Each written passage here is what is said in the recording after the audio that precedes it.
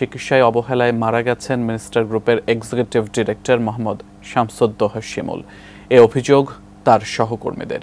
দোষীদের বিচারের দাবিতে রাজধানীর গ্রিন রোডে কমফোর্ট হাসপাতালে বিক্ষোভ করেন তারা। বিক্ষুব্ধ এই সহকর্মীদের কাছে মিনিস্টার গ্রুপের ঊর্ধ্বতন কর্মকর্তা মোহাম্মদ শামসুদ্দোহা শিমুল কেবল প্রিয় সহকর্মী ছিলেন না, ছিলেন প্রিয় অভিভাবকও। তাই তো কেউ মেনে নিতে পারছেন না তার এমন অপমৃত্যু। পুরোপুরি ভুল চিকিৎসা ছিল এবং এখানে যারা ডক্টর তারা আদৌ তাদের কাগজপত্র ঠিক আছে কিনা, তাদের সার্টিফিকেট ঠিক আছে কিনা, এটা একদম ডিরেক্ট মার্ডার। আমাদের প্রত্যাশা এটাই যে যারা এর সাথে জড়িত এবং কর্তৃপক্ষ সহ সবার বিচার একটাই, যে তাদের সাজা হোক মৃত্যুদণ্ড। জানান, মঙ্গলবার বিকেলে নাকের অপারেশনের জন্য পুরোপুরি ফিট অবস্থাতেই কমফোর্ট হাসপাতালের ওটিতে তাকে নিয়ে যাওয়া হলেও ভুল অপারেশনের কারণে তার মৃত্যু হয়। কিন্তু কি হয়েছিল ওটিতে? ওটিতে ঢুকে দেখি যে তাকে ইন্টিউবেট করা আছে, কিন্তু তার কোনো লাইফ রেসপন্স নাই।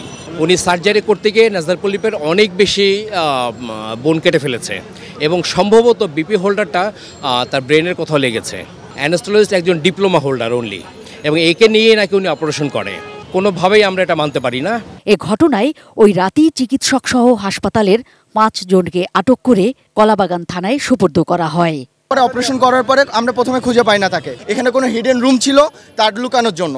জনগণের প্রেশার এবং আর্মিদের প্রেশার আসে, তখন তিনি বেরোতে বাধ্য হন। উনি এর আগে এক ভদ্র মহিলা কানের চিকিৎসা করতে গিয়ে উনি ডান কানের অপারেশনে বাদ দিয়ে উনি বাম কান করে ফেলেছিলেন, যেই কারণে ওনার লাইসেন্সটাও স্থগিত হয় সেই সময়।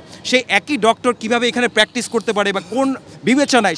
চিকিৎসায় অবহেলার অভিযোগ এনে ডাক্তারের ফাঁসি এবং কমফোর্ট হাসপাতালের লাইসেন্স বাতিলের দাবিতে হাসপাতালটির সামনে চলে এমন বিক্ষোভ। হাসপাতাল কর্তৃপক্ষ এ নিয়ে কোনো বক্তব্য দিতে রাজি হননি।